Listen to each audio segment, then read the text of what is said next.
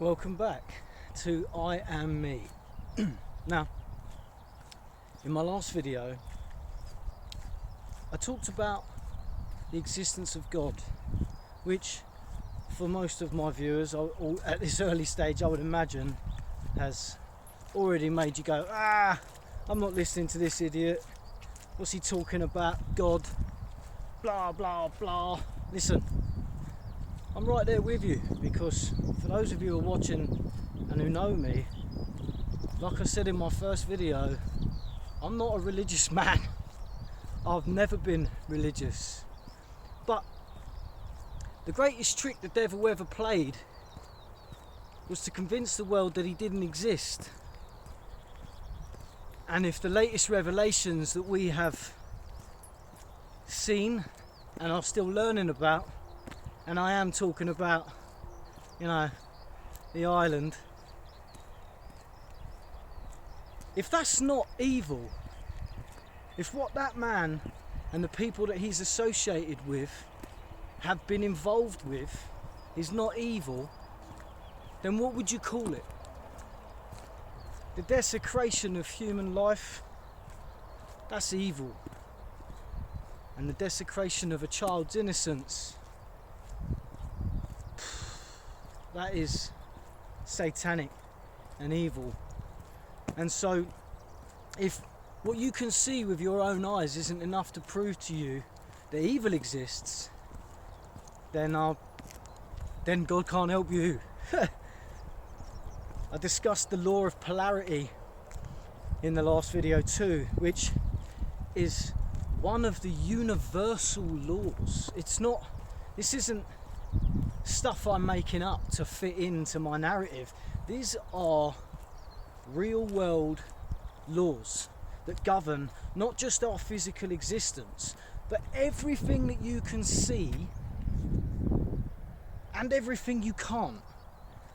And if you consider that what you can see, smell, taste, hear and touch makes up just 0.1% of everything that is, then you'll recognise that that's a lot of stuff. That's a lot of stuff, right? 99% of our physical universe is invisible. You are made up of 99% empty space. The majority of what you are is energy. Everything is energy, and it all operates on a scale. And if we can physically witness the lower end of that scale, i.e. the evil that we are learning and hearing about now, granted, we are hearing about and learning about things that we wish weren't true, but wishing they weren't true doesn't change the fact that they are. And so, because they are, we have a responsibility to do something about it. It's a spiritual war that's being waged, and you don't fight spiritual wars externally. That's an internal battle. And so I'm developing this channel to help everybody win that battle. I've said it again and again in these videos. Nikola Tesla said, if you want to understand the mysteries of the universe, then consider them to exist of light, energy and vibration or sound. Those are the three elements that make up our three-dimensional universe. And you are a three-dimensional being. Even religion has the concept of the Father, the Son and the Holy Spirit. These three elements make up everything that you are.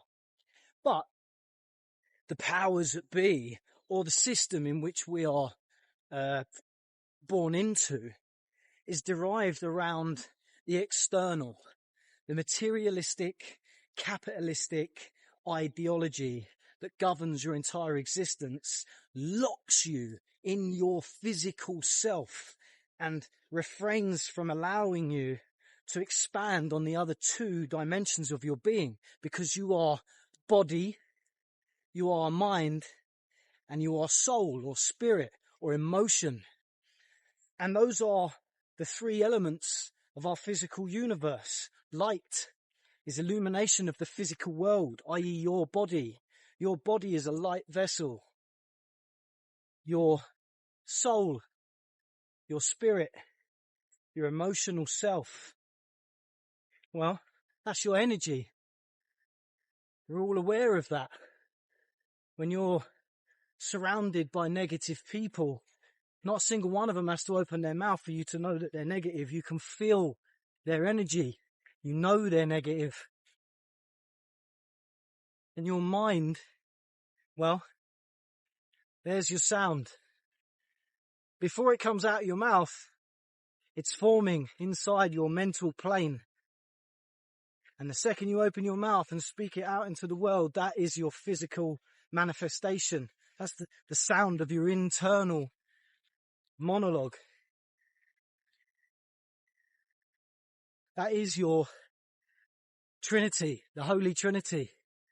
The mind, the body, and the soul. Now, in order for you to become whole and be at peace, i.e.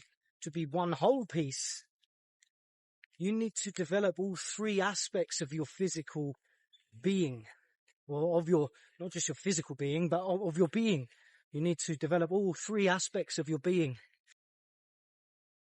For over a decade, I was obsessed with conspiracy theories, which most people laughed at and called me an idiot or a lunatic, or just thought I was plain crazy. How many more of these conspiracy theories need to become true before the rest of you start to pay attention and realise that just because you feel safe listening to what the television's telling you and believing what the majority believe, how many of these are going to come true before you start to question yourself and what it is you know? Because so far, everything you know is just something that someone else has said. I'm not asking you to believe me. I'm asking for you to do the work yourself and believe in yourself. I don't mean go and investigate all these conspiracies, because those investigations are being done. That information's coming out. People are learning about this crap. And they don't want to hear about it. They don't want to believe it. They don't want to believe that people are capable of these things. But they are. But they're also capable of the opposite end of the spectrum, of being good, loving, and godly people. And the reason that we're not seeing much of that is because you're not cultivating any of it. You reap what you sow. All of these lessons are in the biblical texts. We listen to the stories and we listen to the literal versions of the stories, and that none of it makes any sense. It's because you're not diving deep enough to examine the moral. You reap what you sow. I don't literally mean sowing seeds, because that's the existence in the physical realm. We're talking on the spiritual plane. You benefit from the energy you transmit. And so if you are locked in a state of fear and anxiety, and I'm guessing most of you are, because that's exactly the world that we live in right now, the television and your phone, the majority of the content that we consume and the conversations that we listen to on a day-to-day basis are all based around fear and driving your emotional frequency down. And when you're down in the dumps, you can't get yourself back up. Well, you can, but it takes a lot of work. It takes a lot of effort. And for most people, they don't manage it till they hit rock bottom. Well, why is that? Because there ain't anywhere else for you to go. Life operates on cycles. We're existing on a pendulum, just swinging back and forth. And you've only got to read a history book to learn that for yourself. Everything just fluctuates from one end of the spectrum to the other, and that's because we haven't developed coherence yet, and that's through lack of knowledge. So stop being someone that doesn't know. Start doing the research yourself. Start reading books. I'm going to start suggesting some content, some books that I think would be helpful for people to start to digest, as I have done already in some of my other videos. But stop looking externally for information. You know, social media is a great tool, but it's also a dangerous weapon. And the reason I say that is because unrealized by most people, what it has done is it's cultivated this need for external validation, i.e. what it is that you know you don't feel confident in.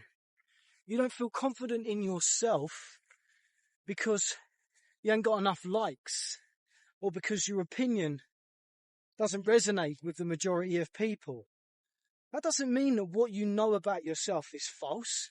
You know what you know about you because you've lived the experience. And we've all lived different experiences. But all those different experiences come with the same problems. And those problems are felt on an emotional spectrum. And regardless of whether your problem is that you can't pay to put food on the table for your kids, or the pool cleaner didn't come today to, get that crap out the bottom of your Olympic-sized swimming pool in your mansion, the emotional experience of your problem exists on the same plane. She snuck into the farmer's field. That's an electric fence. There's loads of sheep behind me. I don't know if you can see all these sheep. Look at these sheep. She snuck into the field to eat the bloody crops. Hey, get out and don't get zapped. Lunatic. You might not be able to relate to other people's problems, but you can empathize with their emotions. I want to share with you, I used to have the worst road rage. Like, the worst. And for a long time, I always blamed everybody else. Well, they shouldn't have done that. Why are they pulling out on me? Like, who do you think you are, mate? You ain't the only one that's got places to go. It's easy to get that angry and it's easy to tell yourself these things. But actually, I realised that all of those accusations, all of those things I was shouting at that other person, they applied to me. Because I have been guilty of pulling out in people. The very thing that I was condemning people for was something I was guilty for myself. And then I listened to those words. If I was committing the same actions, then they were saying the same things about me. Who do you think you are? What makes you so important? And I sat with that. And I thought, well, you listen to your own justifications for your behaviour. Well, I'm late. Or my daughter's not well. She's had an accident, or whatever your importance is. And then I recognised that if I could excuse or justify my own poor actions, then so could they. And in turn, I could just lend them my own excuse. And so moving forward, I started to play a little game with myself in the car, that I would refuse to get angry if someone pulled out in front of me. I would catch myself in that moment of feeling that anger. And before I exploded with some nonsense, I would listen to the excuses that I would give myself under the same circumstances. And I would just extend those reasons to that person. And by allowing that individual to become a human being in my own heart and mind, I relieved myself of that problem, that tension, that anxiety, that anger. And I didn't carry it with me. And so it didn't create ripples throughout my day. We've all experienced it. You get out of bed, you stub your toe, and you start your day wrong. And everything else just seems to get worse from then on, doesn't it? And it's because you're holding on. One of the lessons that I continuously repeat to my daughter, which she doesn't heed, which may just be because I'm yet to have learnt this lesson myself, is that the time between making a mistake and admitting that you're sorry or admitting your wrongdoing, the length of time it takes between the incident and the apology multiplies the damage that is done. If you make a mistake, if you say something that hurts somebody else, if you do something that causes a problem for somebody else, if you're guilty of anything like that, the quicker that you can come to terms with that and be okay that you made that mistake. Don't punish yourself that you did. It's okay. We all do it. First of all, forgive yourself, and then just apologize to the person that you've afflicted with that, that problem. The quicker that you can go from committing that offense to apologizing and making it right, the smaller the problem becomes. And you start to realize that your problems don't really exist. Your real problem is not being aware that you're the one creating them. Sit with that. Recognize that. I took control of my life the second that I started to take responsibility for everything that happens, even stuff that doesn't seem like it's my fault, i.e. that person pulling out on me. Well, you know what, mate? It's 40 mile an hour and you're doing 47. So if you weren't doing 47, you'd be further back in the line and there'd be plenty of space for him to creep in. Or if you were just keeping a good distance from you and the car in front, then the gap's there and the issue don't exist. Recognize your responsibility. Take responsibility. People don't understand what that word means. It's 2 words. Response, ability. The ability to control your response. You know that saying from Spider-Man, with great power comes great responsibility. That's so misleading. The way it says, the way it's said, the way it sounds, comes across that once great power is just bestowed upon you, then responsibility is inevitable. But actually, when you understand that responsibility is the ability to control your response, and you implement that, you start to realize that saying's the wrong way around, and I believe it I believe they've done that on purpose, because with great power doesn't come great responsibility. Once you've obtained responsibility, i.e. the ability to control your response, then great power is bestowed upon you. Your emotions are internal communication, and they're trying to get your attention because there are lessons that you haven't learned. And I'm not saying this to you either, I say this to me, because the reason I'm doing this channel is to kind of help me as well as anybody else that's watching this. I just want to understand how to develop these skills even more than I have already.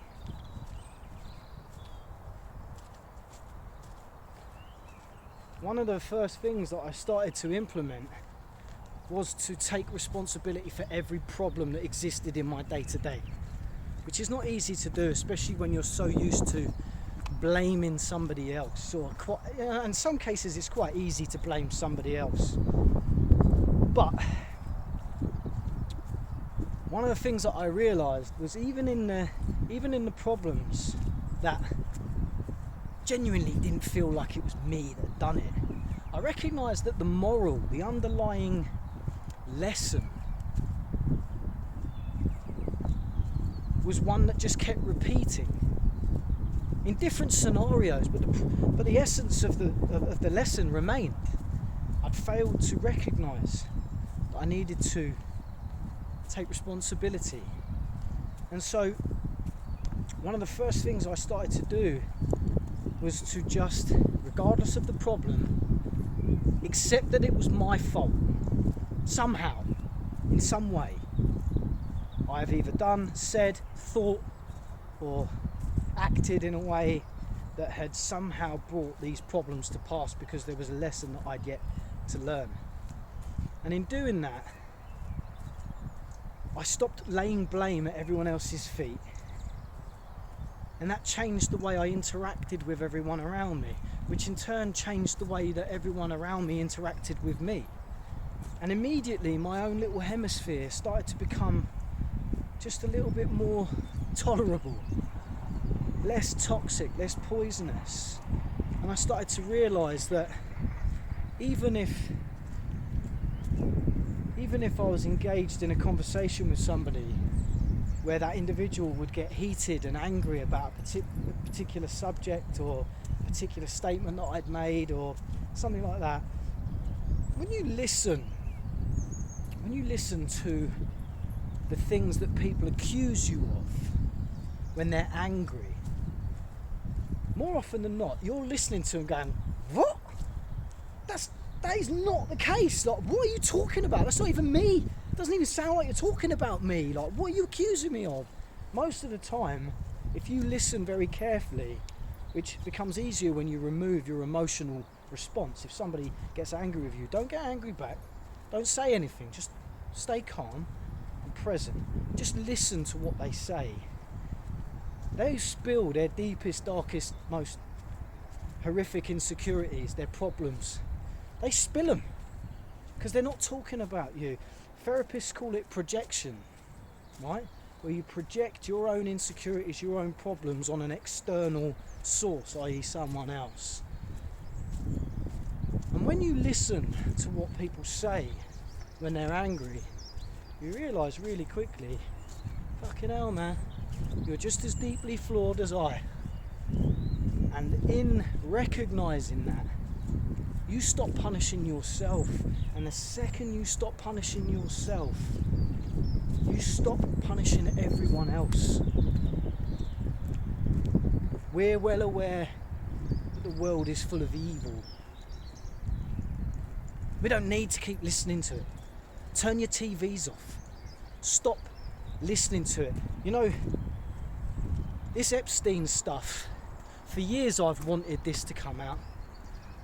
I've wanted people to know what it is that I learned, that I discovered through my deep dives on the internet and the late night conspiracy theories. I wanted people to know all this stuff because it's important.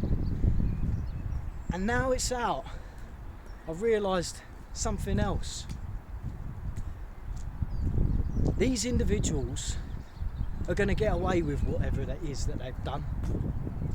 And the reason that they're going to allow you to have a front row seat to it is so that it enrages you. It's so that it keeps you locked in that state of powerlessness, in this idea that you can't do anything about it.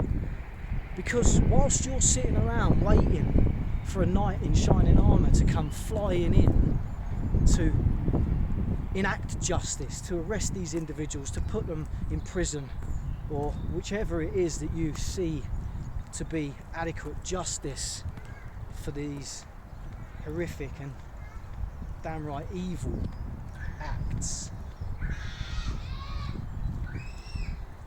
you are still waiting for someone else to come and solve it. And as I've just said, we are fighting a spiritual war. You can't do that externally, it's done internally, and the change has to be made inside.